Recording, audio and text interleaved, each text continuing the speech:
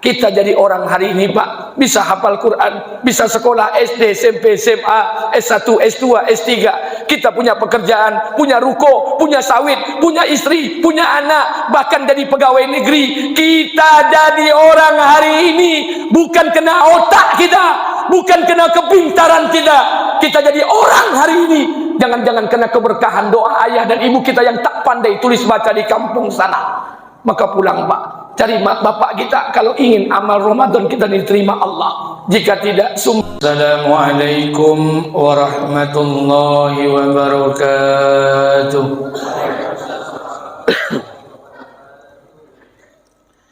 Innal hamdalillah nahmaduhu wa nasta'inu wa nastaghfiruh wa na'udzu billahi min shururi anfusina wa min sayyiati a'malina.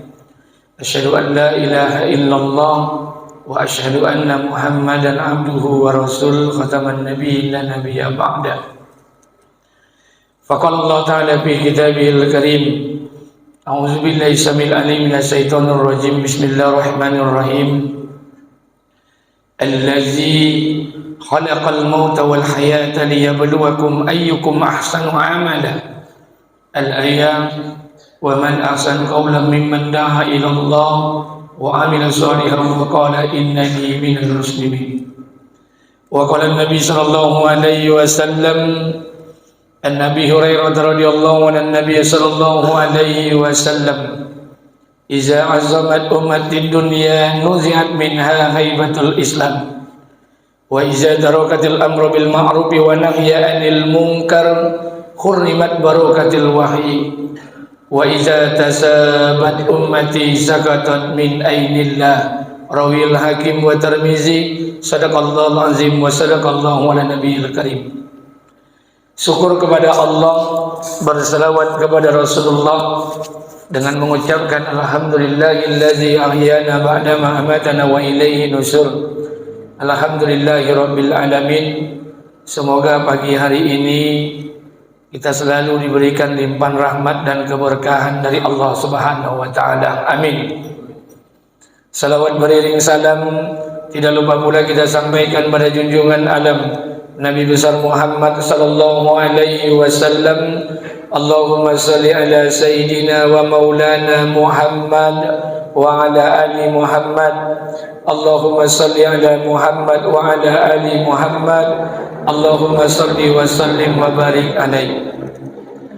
Bapak Ibu jamaah sidang salat subuh yang dimuliakan Allah, kita lanjutkan kajian tadi malam terkait dengan hadis Nabi sallallahu alaihi wasallam, doa malaikat Jibril alaihissalam yang diaminkan oleh Rasulullah sallallahu alaihi wasallam. Kita baca teks hadisnya lagi. Bismillahirrahmanirrahim. An Ka'ab bin Ujrah radhiyallahu anhu Nabi sallallahu alaihi wasallam. Dari Ka'ab bin Ujrah radhiyallahu anhu Rasulullah sallallahu alaihi wasallam bersabda, "Uhdurul mimbar fahadarna." Nabi perintahkan sahabat, sahabat dekat mimbar. Maka semua sahabat mendekati mimbar. Kemudian Nabi berkata, "Falam martaqa darajatan qala amin." Ketika Nabi menaiki tangga mimbar yang pertama, Nabi berkata amin. Falam martaqa darajatan saniyah qala amin. Ketika Nabi menaiki tangga mimbar yang kedua, Nabi berkata amin. Falam martaqa darajatan salisa qala amin. Ketika Nabi menaiki tangga mimbar yang ketiga, Nabi berkata amin. Falamma nazala, kemudian Nabi turun dari mimbarnya. Sahabat berkata, laqad sami'na minka yauma syai'a ma kunna nasma'uhu. Sungguh kami pada hari ini mendengar sesuatu yang tak pernah kami dengar sebelumnya. Apa yang didengar sahabat? Sahabat mendengar Nabi berkata amin, amin, amin sebanyak 3 kali. Sementara sahabat Nabi tidak melihat lawan bicara Nabi. Kemudian Nabi berkata, qala inna Jibril alaihissalam aradani.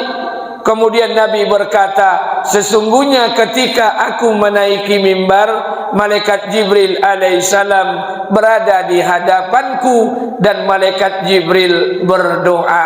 Karena itulah Nabi mengaminkan doa malaikat Jibril alaihissalam. Yang berdoa ini malaikat Jibril, yang mengaminkan Rasulullah sallallahu alaihi wasallam. Apa doa malaikat Jibril itu? 3. Tadi malam sudah saya sampaikan satu doa malaikat Jibril. Apa yang pertama? Ba'uda man adraka Ramadan falam yusallu alai.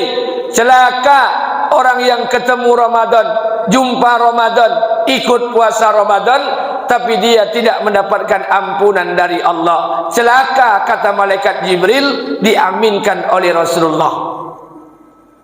Malam tadi sudah saya sampaikan apa penyebab orang tidak dapat ampunan. Karena orang tadi berbuat dosa dan maksiat di luar bulan suci Ramadan. Ketika masuk pada bulan suci Ramadan, dosa dan maksiat itu masih dia kerjakan. Falam yughfar lahu, dia tidak akan dapat ampunan dari Allah. 1. Yang kedua, kita lanjutkan. Apa doa malaikat Jibril alaihissalam yang kedua? Ba'uda man zukirta falam yusallu alaih. Celaka orang yang ketika disebut nama Nabi tapi tak berselawat ke atasnya. Allahumma salli wa sallim wa barik alaih. Orang yang disebut nama Nabi tak berselawat ke atasnya. Innallaha malaikatahu yusalluna 'alan nabi ya ayyuhallazina amanu sallu alaihi wa sallimu taslimah. Kita ini bukan hanya diminta untuk berselawat ke atas Nabi, tapi juga diminta, diwajibkan menjadikan Nabi itu sebagai uswah, Nabi itu sebagai barometer, Nabi itu sebagai panutan, Nabi itu sebagai nomenklatur, Nabi itu sebagai ikon, Nabi itu sebagai bingkai kehidupan, Nabi itu sebagai potret, acuan, uswah. Laqad kana lakum fi Rasulillah, laqad kana lakum fi Rasulillah, laqad kana lakum fi Rasulillahi uswatun hasanah. Kalau Allah sudah menggunakan kata laqad di awal kalimat, itu tandanya Allah nak meyakinkan manusia. Bahkan meyakinkan manusia ini hampir sama levelnya dengan bersumpah. Sumpah ini hampir setara dengan wadduha dan wal asri. Laqad ini artinya sesungguhnya. Inna itu juga sesungguhnya. Tapi kalau digunakan Allah kata laqad di awal kalimat, walaqad zara'na li jahannama katsiran minal jinni wal in. Sungguh kata Allah, aku telah ciptakan neraka jahanam untuk kalangan jin dan manusia. Maka Allah gunakan kata laqad. Laqad kana lakum fi Rasulillahi uswatun hasanah. Sungguh kata Allah, telah ada dalam diri Nabi itu apa yang ada? Uswah, suri tauladan, barometer, nomenklatur, bingkai, acuan, potret hidup, gaya hidup yang harus dicontoh dalam kehidupan umat ini. Maka beriman ini mesti beriman cara Nabi, beramal mesti beramal cara Nabi, bermuamalat mesti bermuamalat cara Nabi, bermuasyarat mesti bermuasyarat cara Nabi, berakhlak pun mesti berakhlak cara Nabi. Nabi itu acuan, uswah, tuntunan dan suri tauladan dalam kehidupan. Orang yang tak mau beriman dengan bagaimana imannya Rasulullah, orang yang tidak mau menjadikan Nabi ini sebagai acuan, Nabi ini sebagai suri tauladan, pasti dia akan menjadikan orang lain sebagai acuan kehidupan mereka. Sesatlah mereka kalau mereka tak mau menjadikan Nabi ini acuan. Apa yang tak dibuat oleh Nabi, Pak? Mulai dari urusan ibadah haji sampai urusan ke kamar mandi diatur oleh Nabi. Mulai urusan ibadah haji sampai hubungan suami istri diatur oleh Nabi. Mana yang tidak diatur oleh Nabi? Kalau ada di antara kita hari ini yang tak mau menjadikan Nabi itu sebagai acuan, Nabi itu sebagai uswah, maka kita akan jadikan orang lain sebagai acuan kehidupan mereka, sesatlah mereka. Dulu saya menunaikan ibadah umroh, menjadi mutawib pembimbing jemaah umroh tahun 2013, 2014, 2015, 2016, dan insya Allah tahun ini bulan 10 saya akan berangkat menunaikan ibadah umroh membawa rombongan 40 orang. Setiap jamaah umroh yang saya bawa itu biasanya ujiannya berat. Jadi kalau Bapak Ibu ingin umroh dengan saya, kalau dapat janganlah dengan saya, karena ujiannya banyak yang berat. 2013 jamaah saya hilang 1 orang, tidak pulang-pulang. Kami cari sudah 4 hari 5 malam di Masjidil Haram, tidak ketemu. Akhirnya kami cari, ketemu di Masjid Jin, 8 km dari Masjidil Haram. Tidak pakai baju, tidak pakai celana, pas seperti orang gilo. 2014 jemaah saya 107 orang, termasuk jemaah Inhuni ada 17 orang. Berangkat dengan saya.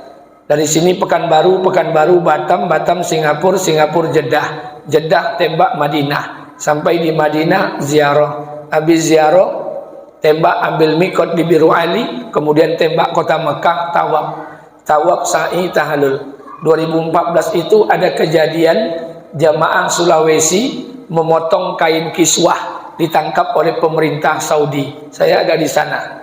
Jamaah saya selesai tawaf sa'i tahallul, ngobrol sama saya, berpegangan sama saya, masuk lift.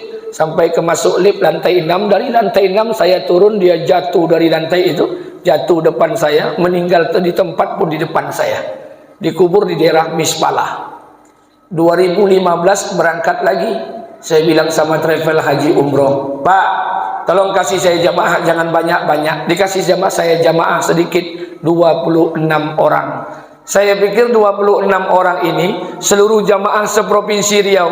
Rupanya tidak. 26 ini jamaah khusus Kabupaten Pelalawan. Saya pikir beda-beda kecamatan. Rupanya enggak, satu keluarga. Datuknya, nininya, lakinya, bininya, anak, semonda, bosomondo, boyan, cicit, sekeluarga. Salah satunya orang paling kaya di Kabupaten Pelalawan. Bapak kalau tahu dengan orang di Pelalawan itu punya 9 orang kaya. Kalau di Inhuni saya tak tahu berapa orang kaya, tapi yang sok-sok kaya saya tahu. Di Pelalawan itu punya 9 orang kaya. Salah satunya jemaah umroh saya, punya sawit ompe ratui kapling 800 hektar pribadi. Itu baru kaya, Pak. Awak ompe kapling barulah sok-sok kaya loh, Pak. Berangkat dengan saya, Pekanbaru, Kuala Namu, Medan. Dari Kuala Namu tembak langsung Madinah. Sampai di Madinah ziarah. Habis ziarah tembak Biru Ali, ambil mikot di Biru Ali, kemudian tembak kota Mekah.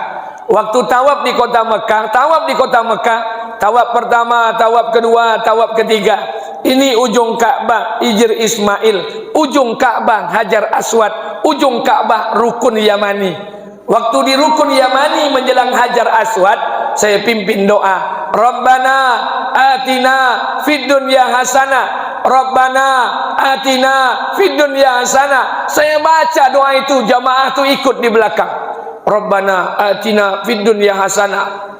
Sedang asik saya baca doa, tahu-tahu jamaah saya satu orang perempuan, umurnya 65-70 tahun, sudah tua, langsung berdiri di sebelah saya, pegang baju ihram saya. Saya tidak ada masalah, Pak.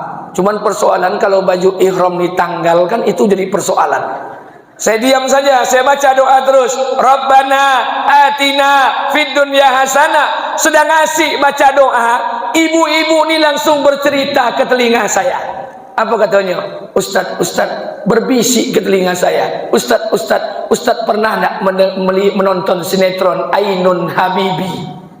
La ilaha illallah. Kita sedang tawaf, Pak. Selesai tawaf, sa'i tahallul, pulang. Sampai ke hotel saya panggil, Bu, sini. Apa kata ibu tu? Apa Ustaz? Apa masalah? Orang sibuk tawaf, sa'i tahallul, ibu sibuk bercerita. Apa katanya? Itulah Ustaz, tadi di depan Ka'bah terkanang di ambo sinetron Ainun Habibi. Ustaz lah pernah nonton. Saya bilang belum. Emang kenapa? Tontonlah Ustaz sinetron Ainun Habibi itu, laki-laki dan perempuan bertemu kemudian menikah, membangun rumah tangga, mahligai rumah tangga mereka hadapi bersama, cobaan rumah tangga mereka hadapi bersama, gelombang rumah tangga mereka hadapi berdua sampai maut memisahkan mereka. Ustaz kan masih muda, anak baru 1, tontonlah Ustaz. Orang yang kalau nonton ini sugesti, motivasi buat orang yang berumah tangga. Inilah penyakit. Kalau orang tak mau menjadikan Nabi sebagai acuan, dia akan jadikan orang lain sebagai acuan kehidupan mereka. Sesatlah mereka. Ainun Habibi itu nonton tuh masuk surga, Pak. Yang kan dicontoh tuh Nabi. Kalau orang tak mau menjadikan Nabi itu sebagai acuan, pasti dia akan jadikan orang lain sebagai acuan kehidupan mereka. Sesat mereka. Apa yang tak dicontohkan Nabi? Ini maaf. Ini rumah Nabi. Nabi duduk depan rumah. Fatimah duduk di dalam rumah. Nabi panggil Fatimah. Fatimah, ta'al. Labbaika ya Rasulullah. Datang Fatimah. Ada apa wahai ayah? Kata Rasulullah, wahai Fatimah, tadi malam malaikat Jibril datang kepadaku. Malaikat Jibril berkata bahwa engkau putriku Fatimah Az-Zahra adalah salah satu wanita penghulu di dalam surga. Fatimah dibilang ahli surga, senyum. Tapi apa kata Nabi? Tapi sayang wahai Fatimah, sebelum engkau masuk surga, ada perempuan lain yang lebih dulu masuk surga. Siapa dia? Kata Fatimah. Satu riwayat mengatakan Atikah radhiyallahu anha, satu riwayat mengatakan Ummu Salamah radhiyallahu anha, satu riwayat mengatakan Ummu Imarah radhiyallahu anha. Maka Fatimah tinggalkan ayahnya, dia ucapkan salam, dia masuk ke dalam rumah, dia bawa anaknya Hasan dan Husain langsung pergi ke rumah Atikah, tak jauh dari rumah Nabi. Sampai depan rumah Atikah, diketuk pintu oleh Fatimah. Assalamualaikum, dijawab oleh Fatimah. Waalaikumsalam. Siapa di luar? Kata Fatimah, saya Fatimah binti Rasulullah. Kata Atikah, dengan siapa engkau di luar? Kata Fatimah, dengan anakku Hasan dan Husain. Kata Atikah, maaf Fatimah, suamiku sedang bekerja. Suamiku berpesan tak boleh laki-laki lain masuk ke rumahnya tanpa izinnya. Kata Fatimah, apakah laki-laki lain yang kau maksud adalah anakku Hasan dan Husain? Ketek-ketek baru. Kata Atikah, maaf Fatimah, saya hanya menjalankan amanah suami saya. Pulang Fatimah, antarkan anaknya Hasan dan Husain pergi seorang diri. Sampai di rumah Atikah, ketuk pintu lagi. Assalamualaikum. Waalaikumsalam. Dibuka pintu. Apa kata Atikah? Ada apa gerangan wahai engkau Fatimah binti Rasulullah datang ke rumahku?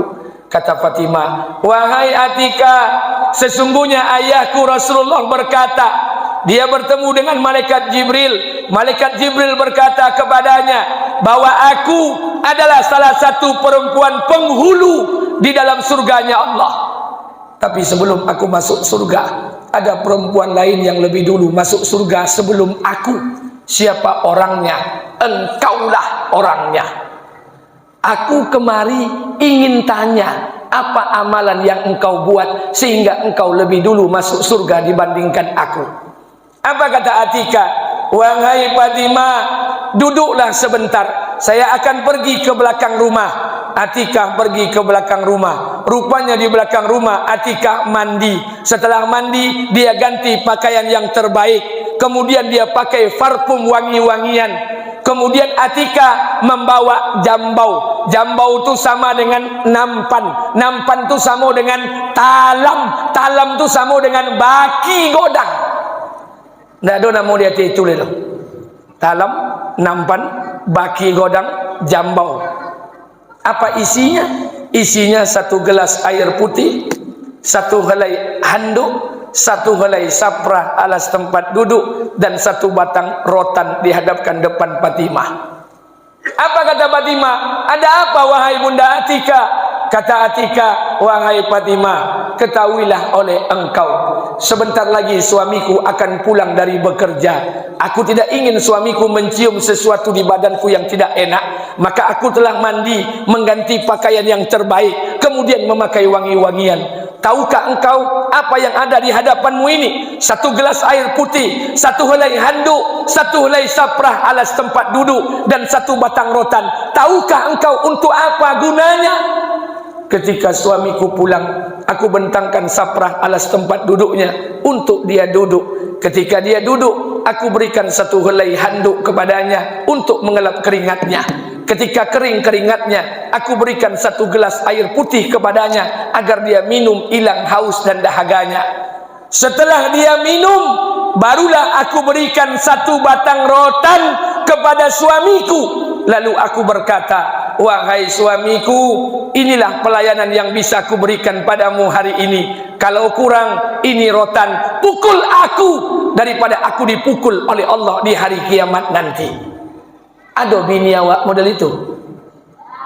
Bini awak ke pasar harum, ke Pekanbaru harum, ke mall harum, ke sekolah harum, di rumah labun moncik di bini awak.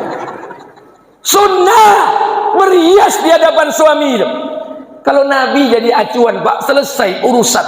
Nabi itu uswah. Laqad kana lakum fi Rasulillah, Nabi itu acuan. Beriman, tengok iman Nabi. Tidak ada tempat bergantung kecuali Allah. Tidak ada tempat meminta kecuali Allah. Tidak ada tempat menggantungkan harapan kecuali Allah. Tidak ada tempat mengadu kecuali Allah. Beriman dengan cara Nabi. Dulu zaman Bani Abbasiyah, ada satu orang soleh namanya Muhammad bin Abdul Jais atau siapa, lupa saya namanya. Zaman Bani Abbasiyah ada orang soleh. Orang soleh zaman Bani Abbasiyah ini luar biasa. Malam hari dia qiyamul lail, pagi hari dia berpuasa. Tidak cukup Senin Kamis, dia puasa Nabi Daud. Sehari puasa, sehari tidak, sehari puasa, sehari tidak. Suatu ketika bulan Ramadan datang kepadanya. Dia berpuasa siang hari dan qiyamul lail di malam hari. Maka ketika ba'da asar menjelang berbuka, dia duduk di depan pintu rumahnya. Lewat satu orang musafir dari kampung seberang ke kampung seberang sana. Sampai depan rumahnya, apa kata musafir itu? Assalamualaikum Ustaz. Waalaikumsalam. Ustaz, saya dari kampung seberang sana, ingin ke kampung seberang sana. Sebentar lagi akan berbuka. Bolehkah saya singgah mampir sebentar di rumah Tuan untuk menghilangkan letih lelah? Kata tuan rumah tadi, tafadhal, silakan. Dibukalah pintu rumah. Disiapkan kursi tempat duduk, disiapkan tempat tidur, disiapkan meja untuk berbuka. Ketika datang waktu berbuka, mereka berbuka bersama-sama, tuan rumah dan tamu tadi. Ketika datang waktu berbuka, dihidangkanlah oleh tuan rumah tadi satu gelas air putih dan satu buah biji korma. Tuan rumah tadi minum satu gelas air putih dan satu buah biji korma. Selesai berbuka, mereka sholat maghrib berjamaah. Habis sholat maghrib, tamu berkata dalam hati. Apa kata tamu? Mudah-mudahan habis sholat maghrib kok diajak dek tuan rumah makan. Rupanya habis sholat maghrib, tuan rumah tadi langsung sholat sunat awabin 6 rakaat. 2 rakaat salam. Kata tamu tadi, subhanallah, memang luar biasa tuan rumah kok. Habis berbuka air putih sebuah korma, langsung sholat sunat 6 rakaat. Selesai sholat sunat 6 rakaat, apa kata tamu tadi? Mudah-mudahan habis sholat sunat awabin kok diajak dek tuan rumah makan. Rupanya habis sholat sunat awabin, datang waktu isya. Mereka sholat isya berjamaah. Selesai sholat isya, apa kata tamu dalam hati? Tamu berkata, mudah-mudahan habis sholat isya kok diajak dek tuan rumah makan dulu. Rupanya habis sholat isya, tuan rumah langsung tarwih dan witir. Tamu pun ikut. Selesai tarwih dan witir, apa kata tamu tadi? Tamu berkata, selesai witir nih, tidak ada cara lain, pasti diajak dek tuan rumah makan. Rupanya habis witir, tuan rumah tadi baca Quran sampai masuk waktu sahur. Kata tamu tadi, bilo makannya bang. Kena menunggu lama, tamu tadi tertidur sampai masuk waktu sahur. Ketika masuk waktu sahur dibangunkan lagi, sahur lagi bersama tuan rumah. Ketika sahur dihidangkan 1 gelas air putih, 1 buah biji korma. Tuan rumah pun minum 1 gelas air putih dan 1 buah biji korma. Tamu berkata dalam hati, tadi babuko iko yuk. Mereka sahur, selesai sahur mereka sholat subuh berjamaah. Habis sholat subuh berjamaah, tuan rumah tadi langsung baca Quran sampai masuk waktu duha. Tamu tak tahan, minta izin, pamit dan permisi. Assalamualaikum tuan, saya akan melanjutkan perjalanan. Doakan saya sudah berbuka di rumah tuan, sahur di rumah tuan. Mudah-mudahan saya tak bisa membalas kebaikan Tuhan. Semoga Allah akan membalas kebaikan Tuhan. Terima kasih banyak. Assalamualaikum warahmatullahi wabarakatuh. Maka tamu tadi pergi. Tuan rumah pun berdiri depan rumah. Sebelum tamu itu jauh, dipanggil lagi oleh tuan rumah. Anak muda, sini sebentar. Apa kata tamu tadi? Ada apa? Kata tuan rumah tadi, wahai anak muda, sebelum kau tinggalkan rumahku, dengarkan pesan saya satu saja. 1 malam kau tinggal di rumahku, 1 malam kau lihat keadaan rumah tanggaku. Istriku sudah meninggal dunia, anak pun aku tak punya. 1 malam kau tinggal di rumahku, 1 malam kau lihat kekuranganku. Berbuka dengan 1 gelas air putih, makan dengan 1 buah biji korma, sahur dengan 1 gelas air putih, sahur pun dengan 1 buah biji korma. 1 malam kau tinggal di rumahku, 1 malam kau lihat kemiskinanku, 1 malam kau lihat kekuranganku. Keluar kau dari rumahku ini, bertemu engkau dengan orang lain, tutup mulutmu. Jangan pernah kau ceritakan kemiskinanku kepada orang lain, karena kemiskinanku telah kuceritakan kepada Allah. Aduh, contoh itu. Awak ada masalah ngadu ke Pak RT, ada masalah ngadu ke Pak RW. RT RW punya masalah inyo nak saudari inyo. Wasta'inu bis-sabri was-shalah wa innaha lakabiratun illa 'alal khashiin. Jadikan salat itu sebagai sarana untuk menarik pertolongan Allah. Belajar kita untuk minta tolong kepada Allah. Tidak ada tempat mengadu kecuali Allah. Selesai. Baru iman ini kita belajar untuk bisa meyakini kehebatan dan keagungan Allah. 2. Yang ketiga, apa doa malaikat Jibril yang ketiga? Doa malaikat Jibril yang ketiga, inilah yang menjadi penyebab banyak amal orang tidak diterima. Inilah yang menjadi penyebab banyak ampunan orang yang tidak diterima.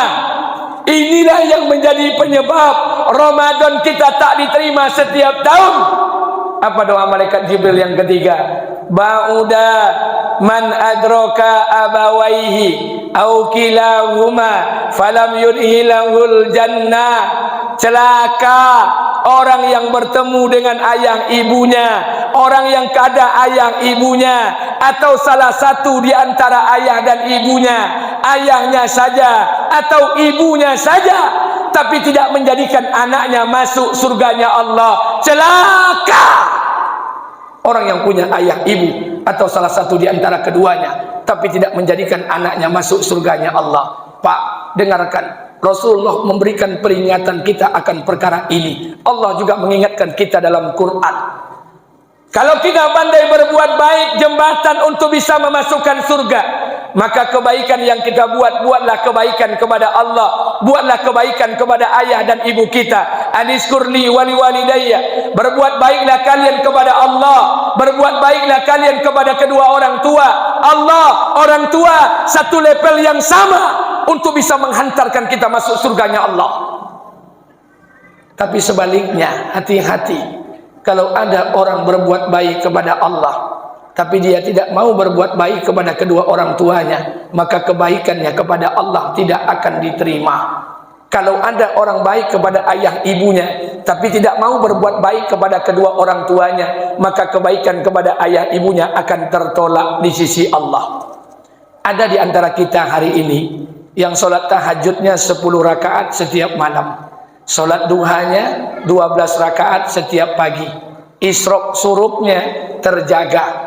Ada di antara kita hari ini istrinya menutup aurat dengan sempurna, pakai jilbab panjang, pakai manset, pakai kaos kaki, pakai nikob, pakai purdah, pakai cadar. Suaminya hafiz Quran 30 juz, anaknya 4 orang di pondok pesantren, bersedekah pagi dan sore hari, jilbab terjaga, aurat terjaga, suaminya 5 waktu tak tertinggal takbiratul ula, berpuasa satu keluarga ni Senin Kamis. Tak cukup Senin Kamis, dia puasa Nabi Daud, sehari puasa sehari tidak, sehari puasa sehari tidak. Sempurna amal satu keluarga, solat terjaga, puasa terjaga, Qurannya one day one juz, bacaannya satu hari satu juz, aurat terjaga, Quran terjaga, tahajud terjaga, doa terjaga, solat 5 waktu terjaga, sempurna. Tapi sudah 8 tahun dia tak tengok ayah ibunya. Udah 2 tahun dia tak pulang ke tempat ayah ibunya. Udah berbulan-bulan dia tak bermusuhan dengan ayah dan ibunya. Udah berminggu-minggu dia tak bertegur sapa dengan kedua orang tuanya. Maka anak yang seperti ini, segudang amalan yang dikerjakannya seluruhnya tertolak di sisi Allah Subhanahu wa taala, tidak akan diterima Allah.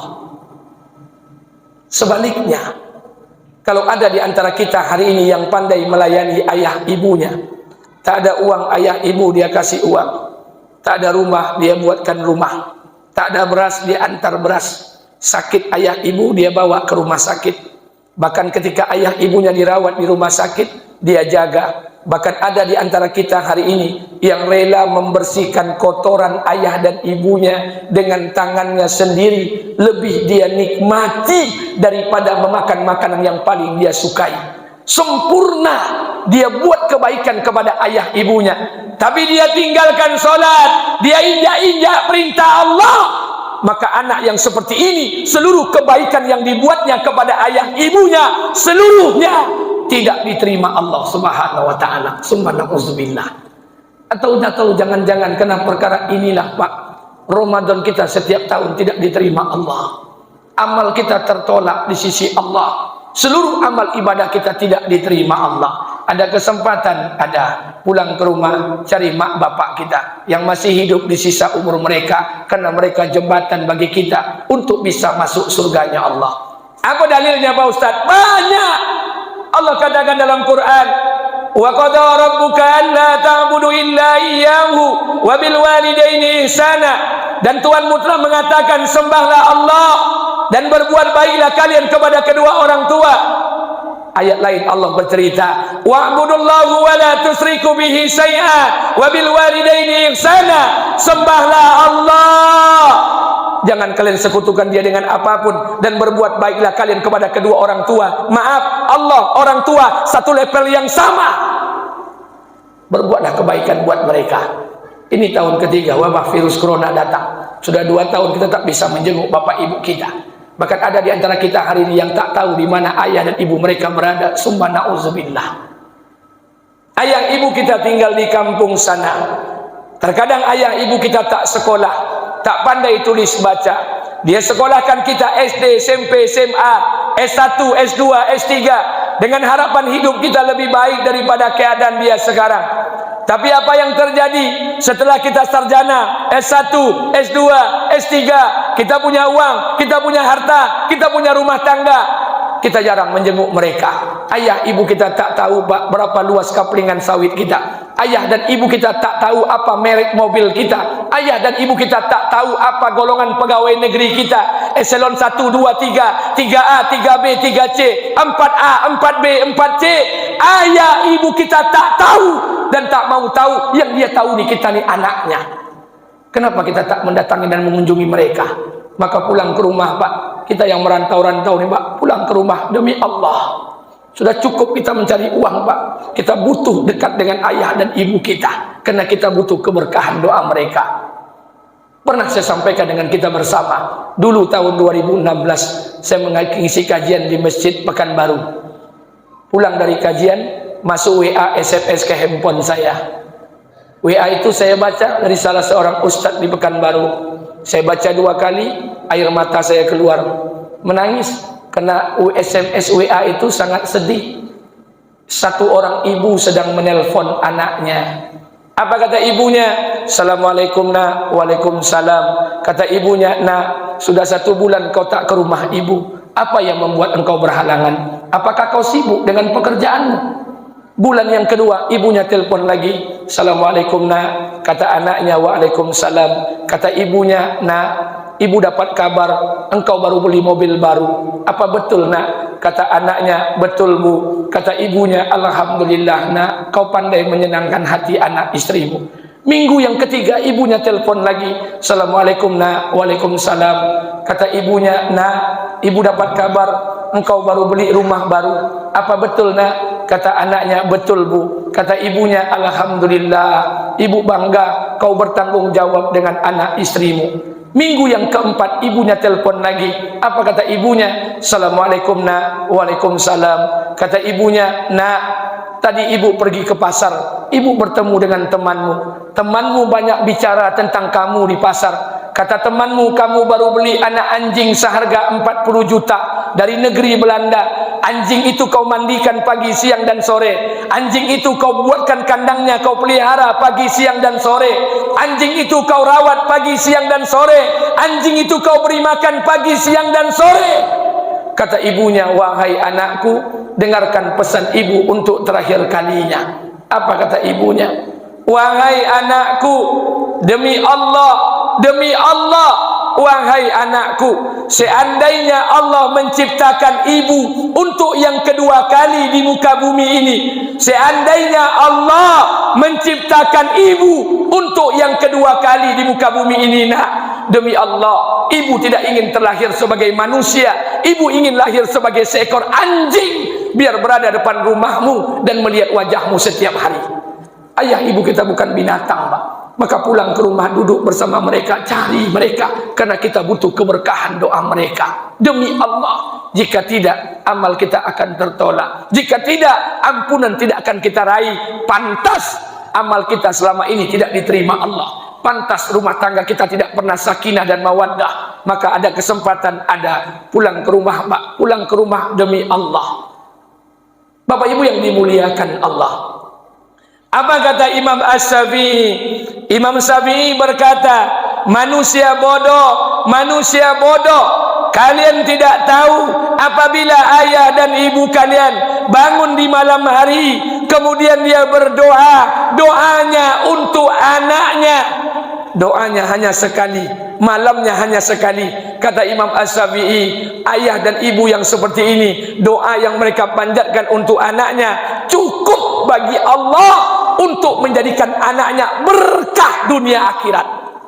Hari ini berapa banyak ayah dan ibu kita mendoakan kita, tapi tidak ada keberkahan. Kenapa? Karena hati mereka tersakiti. Pulang ke rumah, Pak, cari mak bapak kita di sisa-sisa umur mereka yang sudah meninggal dunia, ziarahi kubur mereka dan doakan mereka. Demi Allah, kalau tak bisa kita membuat mereka tertawa, jangan pernah membuat mereka menangis. Kalau tidak bisa kita menyenangkan hati mereka, jangan pernah menyusahkan mereka. Demi Allah, datangi mak bapak kita. Tidak ada alasan-alasan lain untuk tidak mengunjungi mereka. Maaf, satu orang tua jemaah umroh saya 2013 ketemu dengan saya ketika saya khotib hari raya Idul Adha di tempatnya. Apa katanya? Ustaz, saya punya anak 2 orang. Satu sudah meninggal dunia, satu lagi merantau ke Malaysia. Sudah 6 tahun dia di Malaysia, belum juga pulang. Katanya alasan uang tak punya, tiket mahal dan sebagainya. Apa kata ibunya? Ustaz, kalau anak saya pulang, dia tak bawa uang, saya tak ada masalah. Kalau anak saya pulang, tidak bawa oleh-oleh untuk saya, tidak ada masalah. Kalau seandainya anak saya pulang, tidak bawa kado, tidak ada masalah dengan saya. Katanya, kalau anak saya pulang, dia bawa baju sehelai di badan saja, dia balut dengan kerinduannya bertemu saya. Demi Allah, kerinduan itulah hadiah yang paling besar yang pernah saya terima sampai nanti saya mati. Maka pulang ke rumah, demi Allah, cari mak bapak kita, karena kita butuh keberkahan doa mereka. Jika tidak, amal kita akan tertolak, amal-amal kita tidak akan diterima, dan kita pun tidak akan mendapatkan ampunan dari Allah. Pulang ke rumah. Kata Rasulullah SAW, sesaat saja kalian duduk bersama ayah dan ibu kalian akan mendatangkan sakinah. Kenapa kalian tidak duduk bersama mereka? Sesaat saja kalian duduk bersama mereka akan mendatangkan keberkahan. Kenapa kalian tidak duduk bersama mereka? Pak, Bu, maaf, datangi mereka. Kita jadi orang hari ini, Pak, bisa hafal Quran, bisa sekolah SD, SMP, SMA, S1, S2, S3. Kita punya pekerjaan, punya ruko, punya sawit, punya istri, punya anak, bahkan jadi pegawai negeri. Kita jadi orang hari ini bukan kena otak kita, bukan kena kepintaran kita. Kita jadi orang hari ini jangan-jangan kena keberkahan doa ayah dan ibu kita yang tak pandai tulis baca di kampung sana. Maka pulang, Pak, cari mak bapak kita kalau ingin amal Ramadan kita diterima Allah. Jika tidak, summa na'udzubillah. Maka saya katakan, kita hanya punya satu ayah kandung, kita hanya punya satu ibu kandung.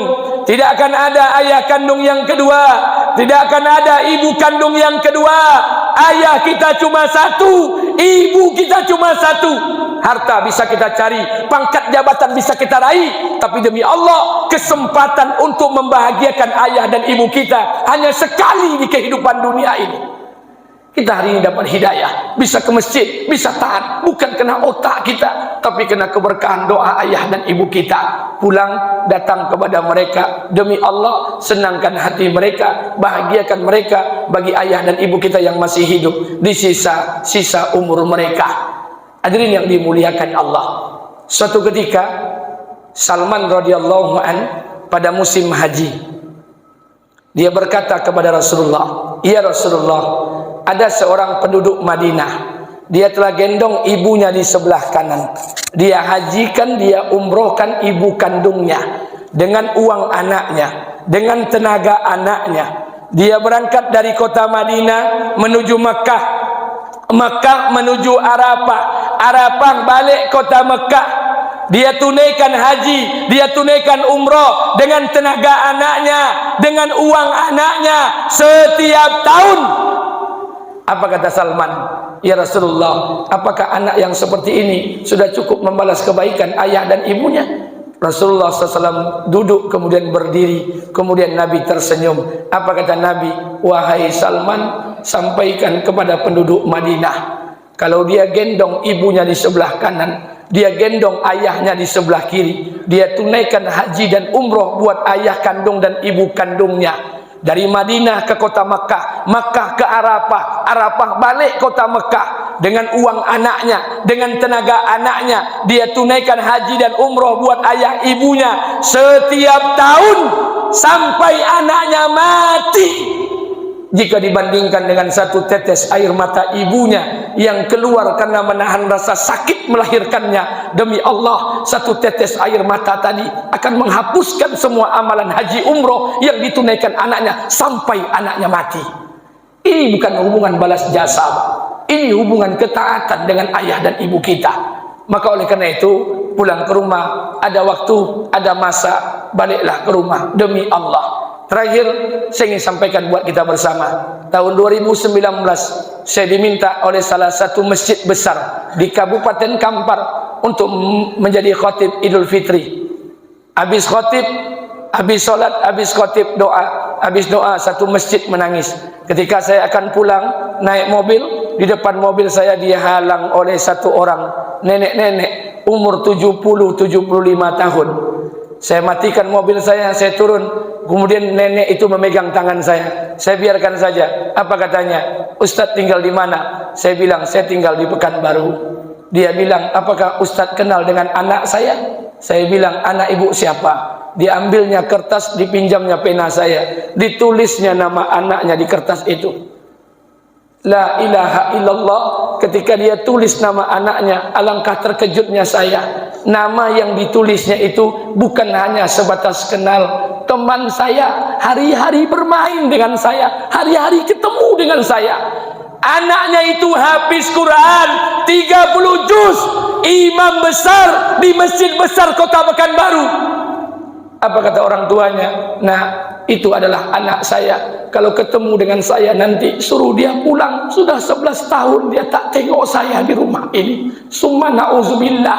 Pantas amal kita tak diterima Allah. Pantas tidak ada kebaikan di rumah tangga kita, tidak ada sakinah, tidak ada mawaddah, tidak ada warahmah. Pantas setiap usaha yang kita buat tidak pernah berkembang, selalu ada masalah. Pulang ke rumah, Pak, cari mak bapak kita, duduk bersama mereka, karena kita butuh keberkahan doa mereka di sisa-sisa umur mereka. Pulanglah. Bapak ibu yang dimuliakan Allah. Bu, dulu ibu belum menikah, kami laki-laki pun belum menikah, maka anak gadis dan anak bujang, kunci surga Allah titipkan pada kedua orang tua mereka. Ridha Allah fi ridha Allah. Ridha Allah bergantung ridha orang tua, murka Allah pun bergantung dengan murka orang tua.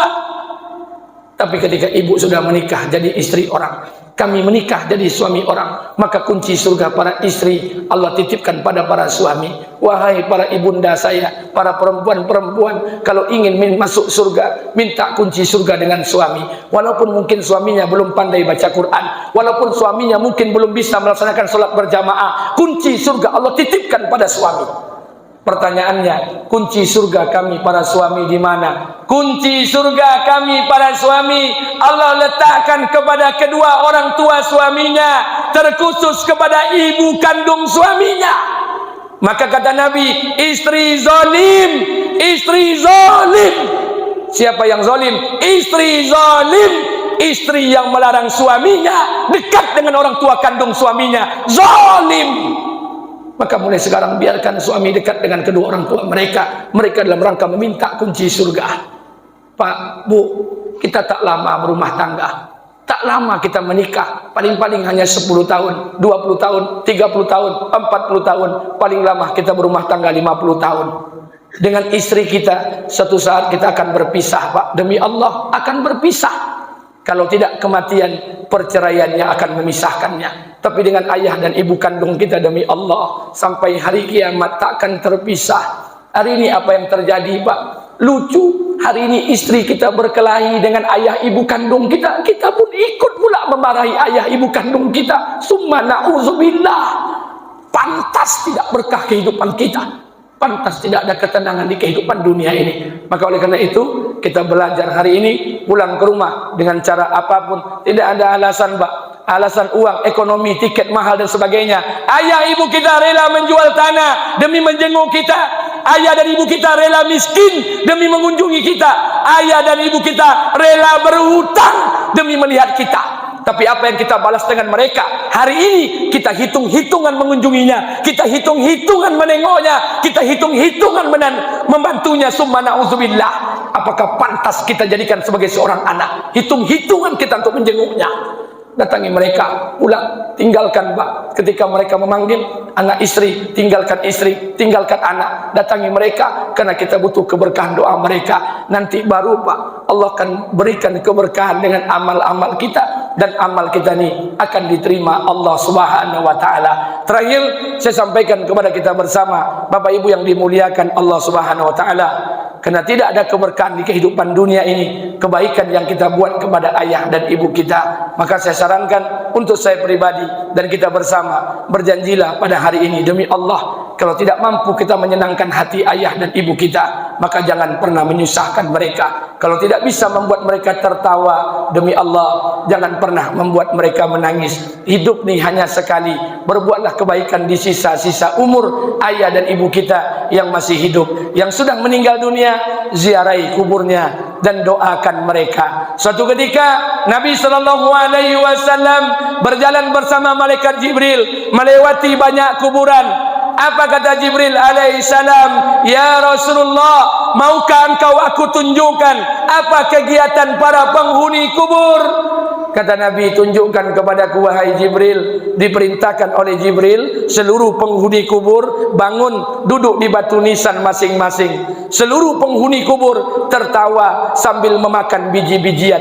tapi ada satu penghuni kubur yang menangis dan bersedih. Apa kata Rasulullah? Wahai Jibril, aku melihat seluruh penghuni kubur tertawa sambil memakan biji-bijian, tapi ada satu yang menangis dan bersedih. Kenapa wahai Jibril? Jibril alaihissalam berkata, ya Rasulullah, tahukah engkau satu penghuni kubur yang menangis dan bersedih karena mulai dari hari kematiannya sampai hari ini tidak satu pun kiriman doa dari ahli baitnya. Bagaimana mungkin kita akan berbuat baik kepada ayah dan ibu kita selama hidup tak pernah berbuat baik, ketika dia mati pun tak pernah mengirimkan doa kepada mereka. Hal yang sama juga disampaikan Nabi Isa alaihissalam, imamun zahidin. Nabi Isa berjalan bersama malaikat Jibril melewati satu buah kuburan. Diperlihatkan oleh Allah di alam kubur ada orang sedang diazab oleh Allah. Nabi Isa berkata, wahai Jibril, aku melihat orang sedang diazab oleh Allah, orang sedang disiksa. Kata Jibril, benar. Nabi Isa pun melanjutkan perjalanan. Beberapa bulan ke depan Nabi Isa kembali melewati jalan yang sama, melewati kuburan yang sama. Alangkah herannya Nabi Isa. Dulu dilihatnya ahli kubur itu diazab, sekarang tidak. Dulu disiksa, sekarang tidak. Nabi Isa menyampaikan pertanyaan ini kepada Jibril. Apa kata Nabi Isa? Wahai Jibril, dulu ahli kubur itu diazab, sekarang tidak. Dulu disiksa, sekarang tidak. Kenapa bisa demikian? Nah, malaikat Jibril alaihissalam menyampaikan pertanyaan Nabi Isa kepada Allah. Kemudian Allah menjawab. Apa kata Allah? Ya Isa, inni istahyaitu u'aziba abdi tantarani wa walidu yazkuruni fawqa. Apa kata Allah? Wahai Isa, aku malu mengazab orang yang dalam perut bumi, malu mengazab orang tua yang sudah mati, sementara anak-anaknya masih mengingat Allah di atas muka bumi. Mungkinkah hari ini anak-anak kita akan mengingat Allah setelah kematian kita? Atau jangan-jangan mungkinkah hari ini kita akan mengingat Allah setelah kematian ayah dan ibu kita? Maka oleh karena itu, inilah masanya, inilah momennya buat kita bersama demi Allah untuk berbuat kebaikan kepada ayah dan ibu kita di sisa-sisa umur mereka. Baru Pak nanti akan terlihat keberkahan hidup, baru akan nanti lihat sakinah, ketenangan hidup Allah akan berikan. Amal-amal kita ini akan diterima Allah Subhanahu wa taala. Mudah-mudahan Allah berikan kekuatan buat kita bersama. Amin. Amin amin ya rabbal alamin. Sebelum saya tutup dengan doa, saya berikan kesempatan 2 atau 3 menit bagi yang ingin bertanya. Saya persilakan dengan segala hormat. Silakan, Pak.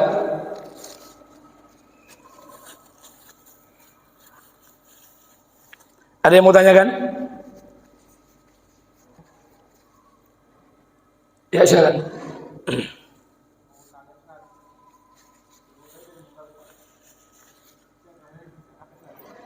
Baik. Orang tua kita sudah meninggal. Ada 3 kebaikan yang kita buat dengan 3 orang.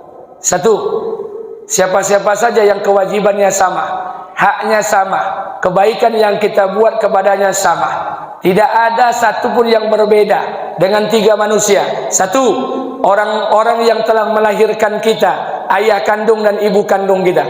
Yang kedua, orang yang kita ambil perempuan laki-laki dari rumahnya, atau kita ambil perempuan dari rumahnya, mertua-mertua kita. Yang ketiga, orang yang mengajarkan kita ilmu kebaikan-kebaikan dunia dan akhirat, guru-guru kita, haknya sama, kewajibannya sama, kebaikan yang kita buat kepadanya sama.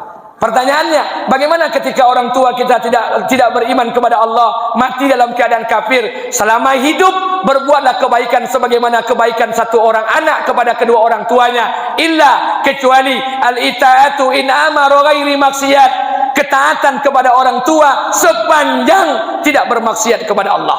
Ketika sudah meninggal dunia, selesai, habislah masa mereka di kehidupan dunia, tinggal perhitungan dari Allah. Tapi ketika orang tua kita masih hidup, walaupun dia non muslim, buatlah kebaikan dengan mereka. Buat kebaikan sebagaimana kebaikan anak kepada orang tuanya. Kemudian doakan mereka ketika mereka masih hidup. Ketika sudah meninggal dunia, habislah masa itu kita berikan kepada mereka. Kecuali orang-orang tua kita mati dalam keadaan beriman, maka doa anak yang soleh, sedekah jariah, ilmu bermanfaat menjadi setawar sedingin buat kehidupan kita. Maka berbuat baiklah bagi yang masih hidup dengan orang tua mereka. Apakah orang tua mereka muslim atau orang tua mereka tidak beriman kepada Allah, buat kebaikan sebagaimana kebaikan satu orang anak kepada kedua orang tuanya. Selesai, tidak ada persoalan. Buatlah kebaikan selama dia masih hidup.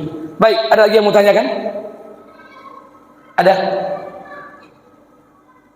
Ibu-ibu ada yang mau tanyakan?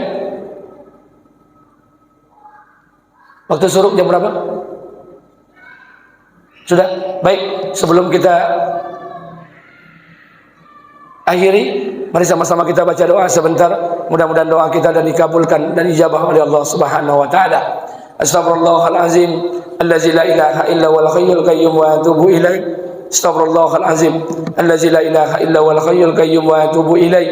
Astaghfirullahalazim allazi la ilaha illa huwal hayyul qayyum wa atubu ilaih. A'udzubillahi minasyaitonir rajim. Bismillahirrahmanirrahim. Alhamdulillahirabbil alamin.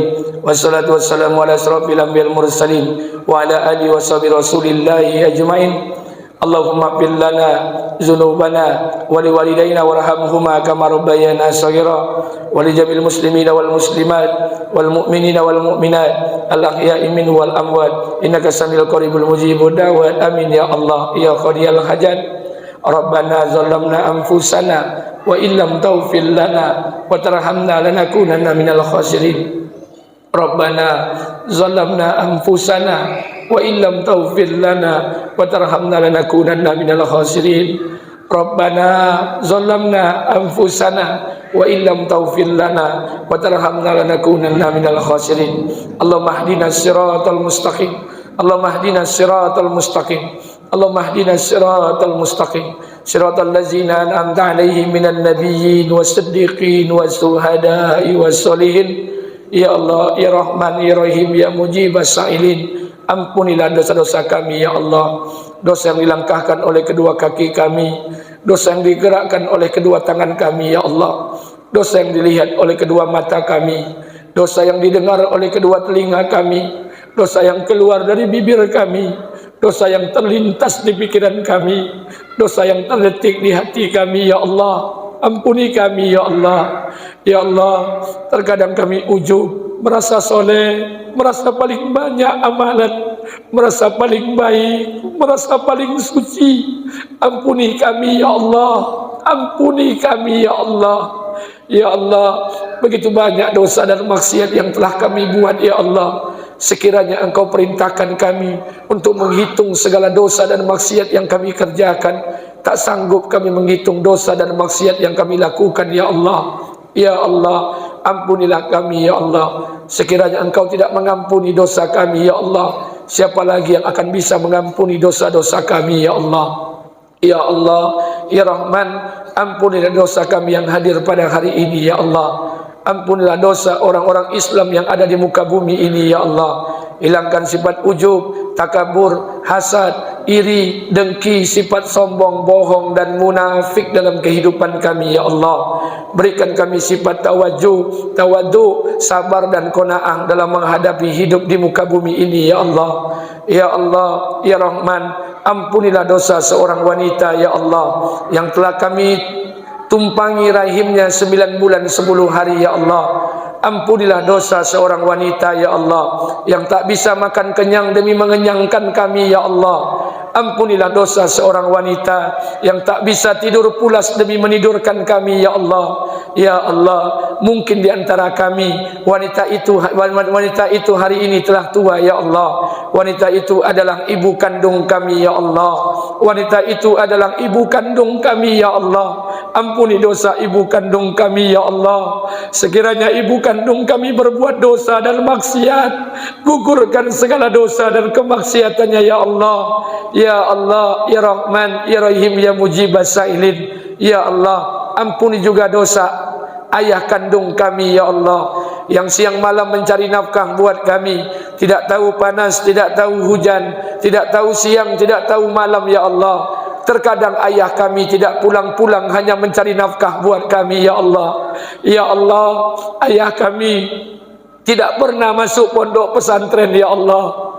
Ayah kami tak ada waktu dengarkan pengajian ya Allah. Ayah kami tak ada waktu mendengarkan ceramah agama ya Allah. Ayah kami tak tahu mana yang halal, mana yang haram.